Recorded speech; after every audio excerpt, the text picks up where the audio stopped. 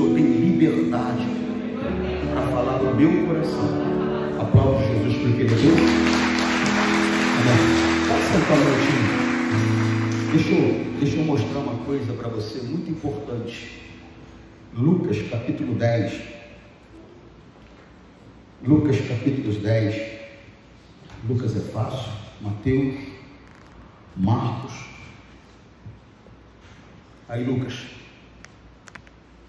Quem está me vendo aí, fala, o que será que esse pastor está sempre suado, né? O óculos aí todo embaçado, o que está acontecendo? É que antes de eu entrar ao vivo aqui, antes de eu entrar para gravar a mensagem, a gente ora, a gente se envolve aqui com o poder de Deus e acaba tendo assim um certo aquecimento mesmo, espiritual e físico. Então é por isso que você me vê aí às vezes transpirando, óculos todo embaçado aí. Essa é a razão. Porque as pessoas, elas são curiosas, né? Elas querem saber o que está acontecendo, né? Então é bom a gente deixar claro, porque tem gente também que fica fantasiando muita coisa, né? Irmão, você sabe que eu aprendi na minha vida, na minha carreira, que tão importante ou mais importante do que ficar 1 hora, 2 horas orando, é o que eu faço depois. É o que eu faço depois, né? Eu vou ser sincero com você, vou ser verdadeiro com você, como sempre. Eu acho uma tremenda hipocrisia eu passar 3, 4 horas orando por dia e tratar as pessoas como se elas fossem lixo. E tratar as pessoas com indiferença, com desprezo. Eu acho uma tremenda hipocrisia isso. Então é importante que eu ore 1, 2, 3, meia hora, 2 horas, sei lá, cada um tem um tempo, né? Para poder disponibilizar um tempo disponível, né? Cada um tem um tempo. Então, sei lá, tem gente que pode realmente dar 2 horas de oração todos os dias, tem gente que pode dar 3, né? Tem gente que ela pode dar 1 hora, 40 minutos, 50 minutos. Eu creio que a qualidade vale mais do que a quantidade. Também, eu creio que a qualidade vale mais que a quantidade. Eu, por exemplo, nós começamos a orar aqui, oramos 30 minutos. E a minha vontade era orar mais, mas só que eu tenho certeza que esse tempo foi um tempo de qualidade diante de Deus e vai nos abençoar. Você compreende? Por quê, pastor? Porque eu não posso fazer uma reunião aqui de 3 horas. Tem gente que não tem estrutura nem física nem espiritual para participar de uma reunião de 3 horas. E tem gente que tem, mas tem gente que não tem, né? Então o que acontece? Voltando ao assunto que importa. Irmão, eu oro 1 hora, 2 horas, 3 horas, todos os dias, e trato as pessoas como se fosse lixo, trato as pessoas com desrespeito, com desprezo. É hipocrisia. Deixa eu te mostrar uma coisa aqui, importante. Lucas capítulo 10. Qual é o verso, pastor? Vamos começar aqui, no verso 29. Perdão. Porém o mestre, eu vou ler na linguagem de hoje, tá bom? Porém o mestre da lei, querendo se desculpar, perguntou, mas quem é o meu próximo? Porque o Senhor Jesus disse que era para amar o próximo como a si mesmo, né? Aí ele fez essa pergunta, então quem é o meu próximo, né? Jesus respondeu assim, um homem estava descendo de Jerusalém para Jericó. No caminho alguns ladrões o assaltaram e tiraram a sua roupa e bateram nele e deixaram quase morto. Acontece que um sacerdote estava descendo por aquele mesmo caminho. Quando viu o homem, tratou de passar pelo outro lado da estrada. Ele era o que, esse homem? Ele era um sacerdote. Sacerdote é o que? Sacrificador? Intercessor? Né? A função de um sacerdote é essa, é ser sacrificador. É o sacerdote que oferecia o sacrifício. Era o sacerdote que intercedia. Então a função do sacerdote é ser sacrificador. A função do sacerdote é ser intercessor. Hoje nós somos feitos por Jesus Cristo, para Deus. Compreende? Para Deus. Põe isso dentro de você, reis e sacerdotes. Nós fomos feitos por Jesus Cristo para Deus, para reinar em todas as áreas da nossa vida. Não tem uma área da minha vida que Satanás pode ter o controle. Não pode. Satanás não pode ter o controle da minha vida financeira, Satanás não pode ter o controle da minha vida conjugal, Satanás não pode ter o controle da minha vida espiritual, da minha vida no que diz respeito à saúde, Satanás não pode ter controle em nenhuma área da minha vida. Eu fui feito por Jesus para Deus rei, para reinar. A função do rei é reinar. Mas eu fui feito também por Jesus para Deus sacerdote. O sacerdote é o intercessor. Quem vai interceder pela minha casa? Quem vai interceder pela minha família? Quem vai oferecer sacrifícios de lábios? Compreendeu? Ou até mesmo um outro tipo de sacrifício. Eu conversava com uns amigos que às vezes a melhor coisa que você tem a fazer é engolir a humilhação. A Bíblia diz que os humilhados serão exaltados. É engolir a afronta, né? É desprezar a afronta, de maneira, não no sentido de desprezar a pessoa, mas desprezar o que ela fez de maneira tal que não envolve a minha vida, que não toca o meu coração, ou seja, que não faz diferença para mim. Por quê? Afinal de contas, irmãos, eu vejo da seguinte maneira: cada um dá aquilo que tem, né? Eu não posso esperar de uma pessoa que ela tenha um comportamento que eu acho que ela deve ter, porque muitas vezes ela não tem aquele comportamento para oferecer. Eu não posso esperar uma pessoa demonstre amor como se deve, porque muitas vezes ela não tem aquele amor para dispensar, né? Eu não posso esperar que as pessoas sintam como eu sinto. É um erro que nós cometemos de querer que as pessoas se comportem como nós achamos que ela tem que se comportar. Meu marido tem que ser do jeito que eu acho que ele tem que ser. Minha mulher tem que ser do jeito que eu acho que tem que ser. Meu filho tem que ser do jeito que eu acho que tem que ser. Não, nós somos indivíduos ímpar. Cada um tem uma personalidade, cada um tem um sentimento, cada um tem um jeito. Nós temos 5 dedos, um é diferente de outro. Quem tem filhos, mais de um filho, sabe que um filho é diferente de outro, e os dois saíram do mesmo lugar.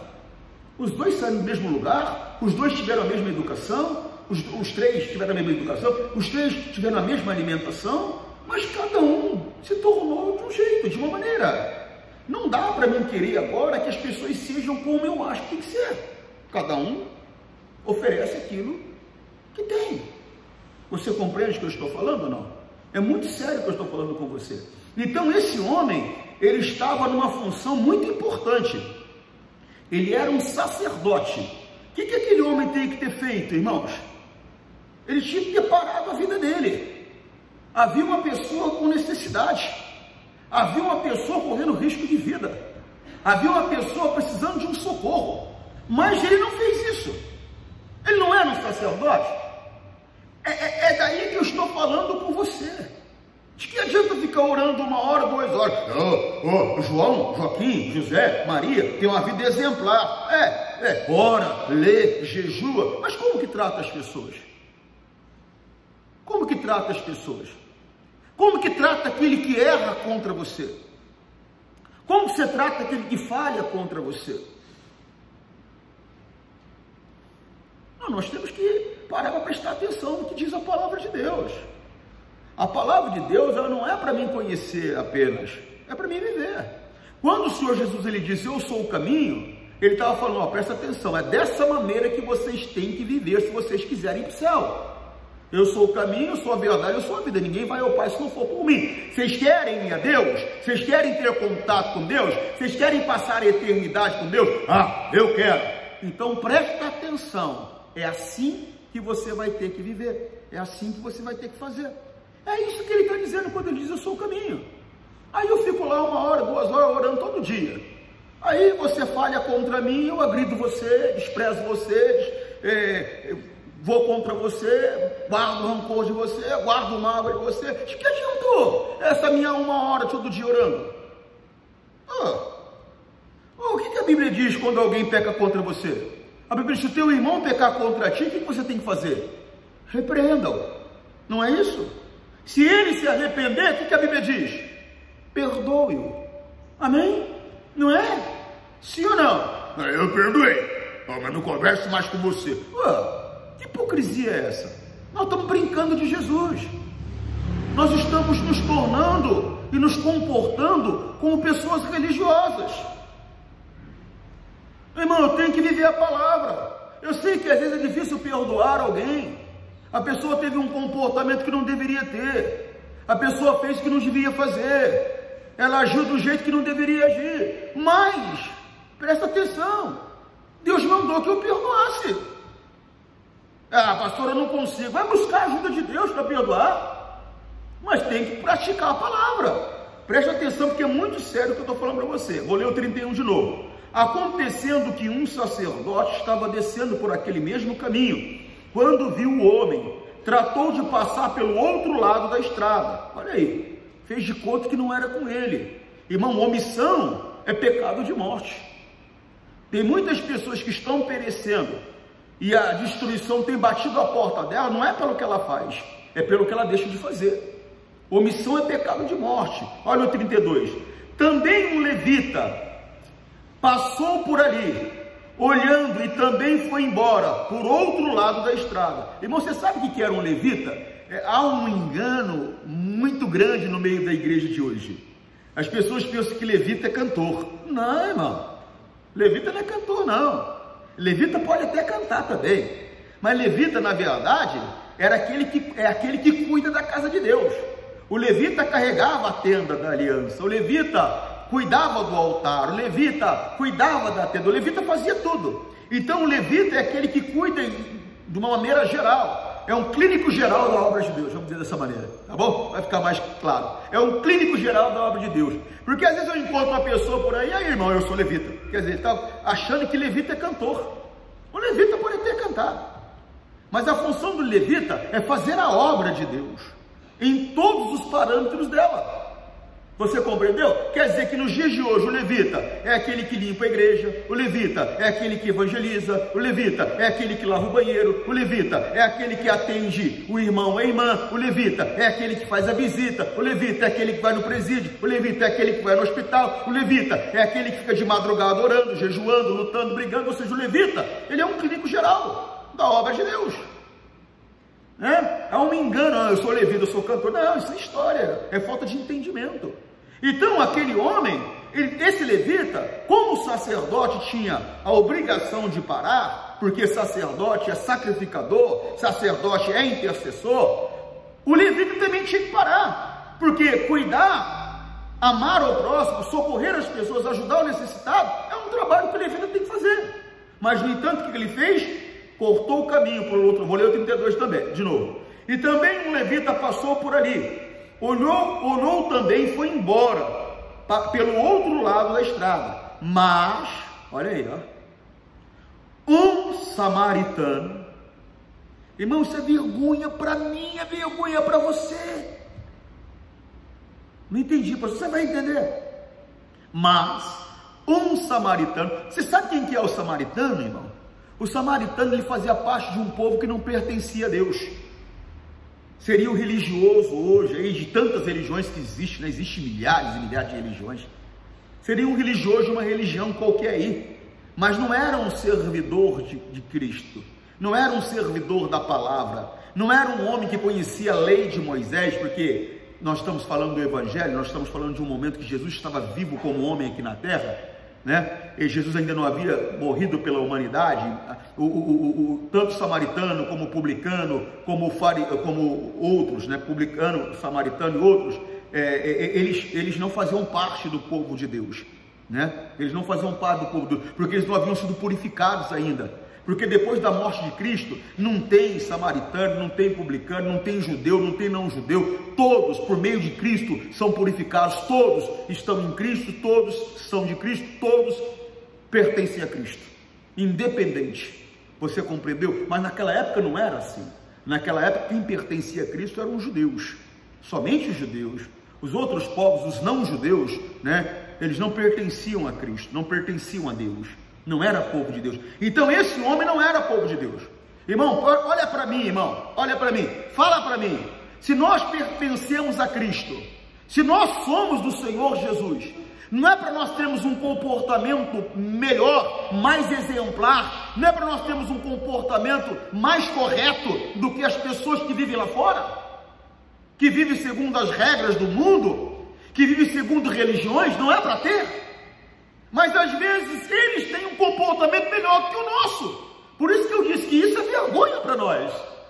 É vergonha para mim, é vergonha para você, que uma pessoa que pertence ao mundo, que uma pessoa que bate a cabeça para espíritos, que uma pessoa que que oferece sacrifício no meio da mata, oferece sangue de bode, e faz isso e faz aquilo.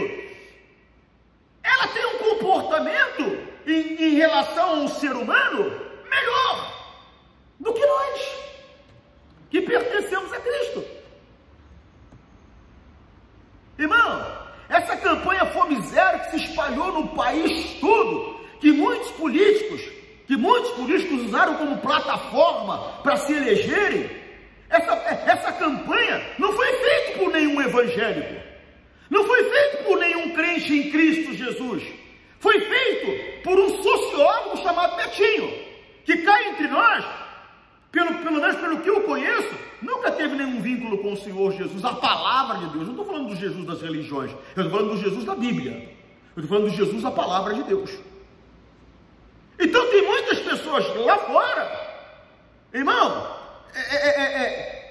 sabe, Médicos Sem Fronteira, com certeza tem muitos evangélicos ali, mas tem muitas pessoas que não sabem nem que Deus existe, tem muitos até que dizem que Deus não existe, e estão tendo um comportamento melhor do que aquele que diz que pertence e que é servo de Deus, porque o sacerdote, sem dúvida, se intitulava servo de Deus, o levita, sem dúvida, se intitulava servo de Deus. Aí veio um samaritano, olha que coisa séria, olha que coisa séria. 33, e um samaritano que estava viajando por aquele caminho, chegou até ali, quando viu o homem, ficou com muita pena. Irmão, a íntima compaixão é um sentimento que tem que acompanhar aquele que pertence a Cristo. Por muitas vezes você vai ver na Bíblia Jesus tendo íntima compaixão das pessoas. Você vai ver na Bíblia, o que é ter íntima compaixão, pastor? É você se colocar no lugar da pessoa, é você sentir a dor dela, o sofrimento dela. Isso é íntima compaixão. Mas só que a íntima compaixão é um sentimento que está um degrau a mais da dó, da pena, porque às vezes você pode ficar com dó, você pode ficar com pena de uma pessoa e não agir, sai chorando dali, mas não faz nada. A íntima compaixão, ela te impulsiona a fazer alguma coisa pela pessoa que está sofrendo. Você compreende o que eu estou dizendo? Sim ou não?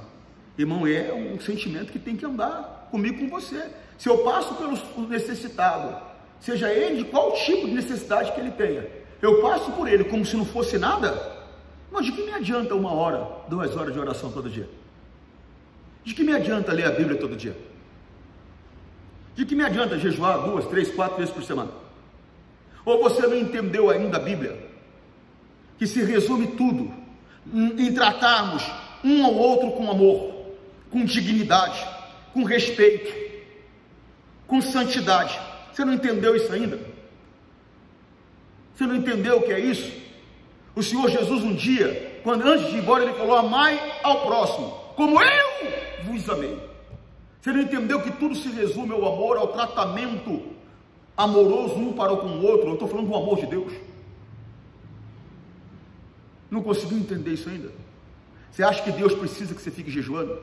Você acha que Deus precisa que você fique orando? Você acha que Deus precisa que você fique lendo a Bíblia? Tudo que Deus pede para você, Ele não pede para Ele, Ele pede por amor a você mesmo.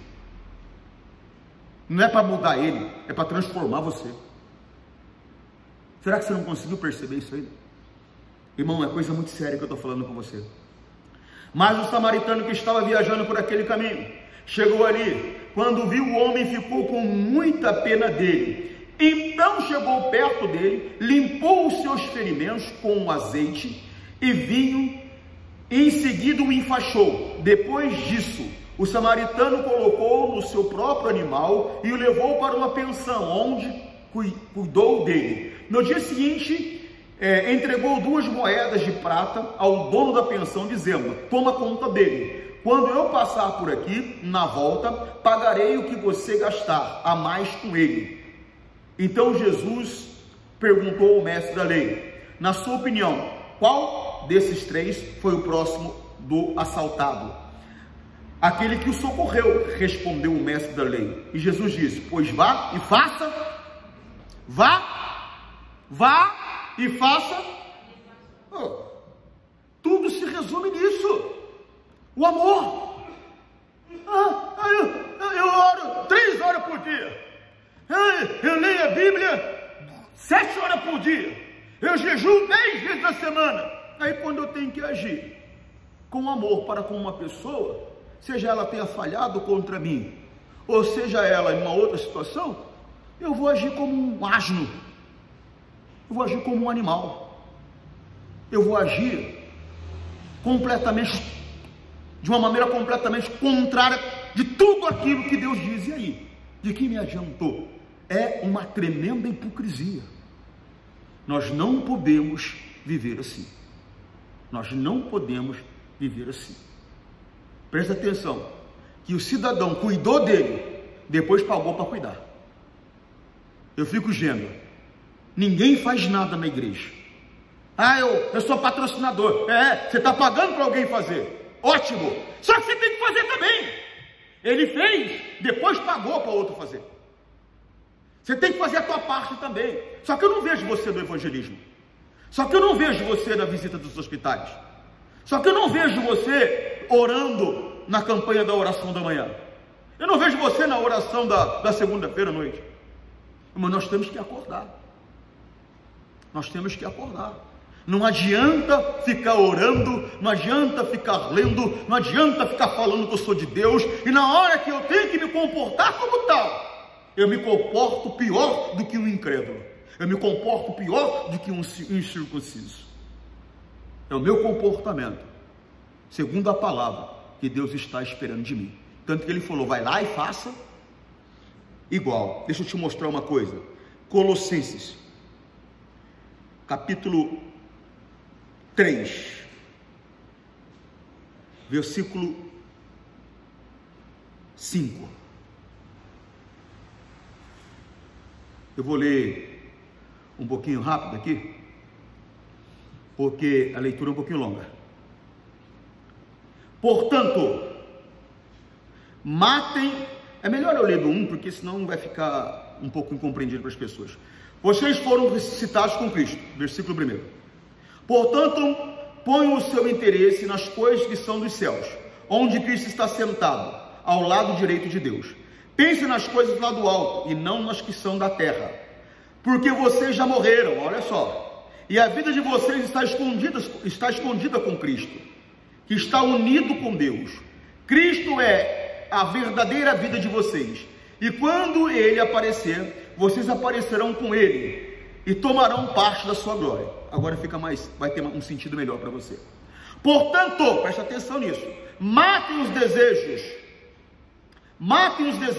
deste mundo que agem em vocês, isto é, a imoralidade sexual, a indecência, as paixões más.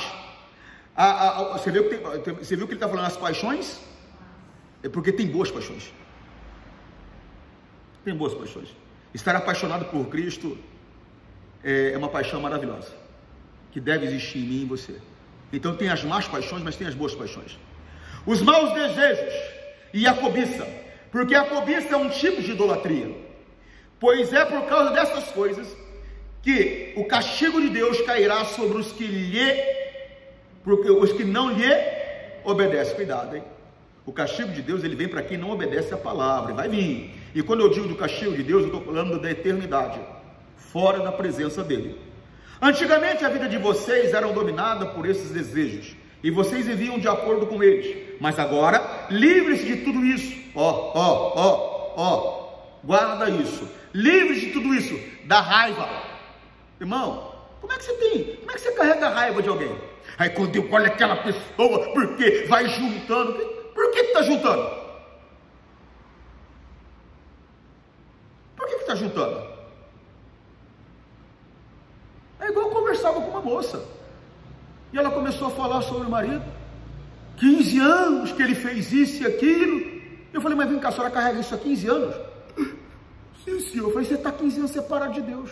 Mas por que você está juntando mágoa? Por que você está juntando? Está anotando, guardando cada comportamento negativo que a pessoa tem diante de você? Mas estou contando, meu marido fez isso. Na próxima que ele fizer, é isso que a Bíblia manda fazer? Que adianta ficar 1 hora, 2 horas orando, irmão? Que adianta ficar jejuando 2, 3, 4, 5 dias por semana? Que adianta ficar lendo a Bíblia que nem doido se não é para praticar o que Deus me orienta, o que Deus me ensina? Que adianta? É hipocrisia. Presta atenção. Presta atenção. 8. Mas agora, livrem-se de tudo isso. Você tem que se livrar disso. Não é Deus que vai livrar você, é você que tem que se livrar. É você que tem que rejeitar essas coisas. Você está compreendendo? Livre-se de tudo isso. Da raiva. Da paixão, dos sentimentos de ódio. Aí, ó, paixão dos sentimentos de ódio. E que não saia da boca de vocês nenhum insulto e nenhuma conversa. Como é que você fica insultando os outros? Como é que eu fico insultando os outros? Eu olho para você, não, você não vale nada, você é do capeta, você é do inferno, você não presta. Mas como? Você é uma mulher sem moral, você não é homem. Como? Se a Bíblia está dizendo que eu não devo insultar ninguém. Não, mas é que a pessoa teve um comportamento. Irmão, ela está oferecendo o que ela tem. Eu não posso oferecer da mesma moeda de volta, porque o que eu tenho é Cristo. O que eu tenho é domínio próprio. O que eu tenho é temperança. Cada um dá o que tem. E se eu não tenho, eu tenho que mudar. Porque o Senhor Jesus, ele não veio para me condenar. O Senhor Jesus veio para me salvar. Isso aqui que você está vendo aqui, não é para condenar, não é para acusar, não é para apontar você nem a mim. É para que nós saibamos como é que temos que nos comportar diante de Deus. De maneira que o agrade. Não é para você se sentir condenado nem ofendido. Mas é para você olhar e falar, puxa vida, ó, tudo isso aí eu sou, tem que mudar. Não, de tudo isso aí não, tudo não, mas é isso aqui eu sou, tem que mudar. Quando eu estava lendo, estudando isso essa semana, eu vou mostrar para você que tem uma parte aqui que fala que tem que ter paciência. Eu falei, Deus, estou perdido, hein? Falei, preciso mudar. Porque na verdade, no geral eu tenho paciência, mas para certas coisas eu não tenho. Alguém fala assim, o pastor não tem paciência. Será que eu não tenho paciência ou eu não estou com paciência mais para você? Tem uma diferença, né?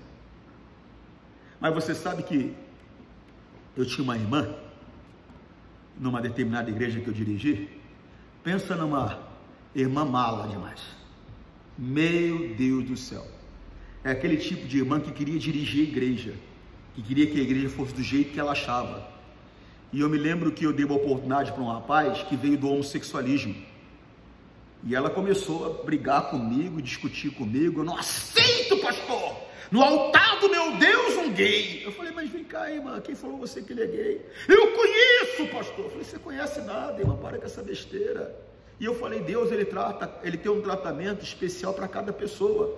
Tem coisas que Deus está transformando em mim que não está transformando na senhora. Tem coisas que Deus está transformando nele que não está transformando em mim. Não dá para julgar as pessoas. Ele é um Deus coletivo, mas ele é um Deus pessoal também. Mas essa irmã me encheu tanta paciência que aí eu errei. Por quê, pastor? Porque eu falei, irmã, o negócio é o seguinte, a senhora para de me encher a paciência, faz o seguinte, vai embora, vai para outra igreja. Eu não vou. Cheguei primeiro que o senhor quiser, vai o senhor embora. Não, mas quem estava errado aí sou eu. Tipo, ter ignorado ela. Irmão, eu fui numa reunião, naquela semana, nós tivemos uma reunião com o missionário de líderes estaduais. Eu não contei para ninguém isso. Você vê que Deus, ele fala com a gente. Não contei para ninguém isso. E o missionário conversando com a gente e tal, o missionário é um homem muito sábio, tem um conhecimento assim fabuloso da palavra e experiência de vida também. É um homem que o Espírito Santo atua através dele. Aí o que acontece? Conversa vai, conversa vem, aí ele olha para mim e fala, Júnior, você sabe que tem umas ovelhas nossas que dá uma dor de cabeça que não é brincadeira, né? Mas a gente tem que amar elas também. Falei, Jesus, eu falei, podia ter ficado sem esse cascudo, né? Irmão, e vou falar com você, eu passei a amar aquela irmã. Infelizmente, ela morreu agora, nesse período aí da Covid, infelizmente. Irmã, foi uma das pessoas que eu chorei muito de saber que morreu. Me doeu muito no coração. E não é remorso nem dor de consciência, porque eu passei a amá-la. E eu passei a ter um relacionamento de amizade com ela. Você compreende? Irmão, tem coisa que vai servir para mim aqui, tem coisa que vai servir para você. E qual é o objetivo disso, pastor? Uma mudança. pegar a palavra e mudar. Você vê que no começo está dizendo aqui que nós temos que nos livrar. Compreendeu? 8. Mas agora, livrem-se de tudo isso, da raiva, das paixões, dos sentimentos de ódio, e que não saia da boca de vocês nenhum insulto e nenhuma conversa indecente. Não mintam, irmão. Verdade é verdade, não adianta querer mascarar a coisa, não. Irmão, fala para mim, isso aqui é branco? Pastor, é mais ou menos. Não, ou é ou não é? Sim, sim. Não. Verdade é verdade. Você começou a fantasiar, a florear, já deixou de ser verdade. Já deixou de ser verdade. Não mintam uns para os outros, pois vocês já deixaram de lado a natureza velha, com seus costumes. Tem gente que não deixou os costumes da natureza velha, já se encontrou com Cristo, mas ainda carrega alguns costumes da natureza velha. Não pode, irmão. Não pode. Você está compreendendo? É coisa que nós temos que abandonar. E se vistam, presta atenção nisso aqui, e se vistam com uma nova natureza. Essa natureza nova,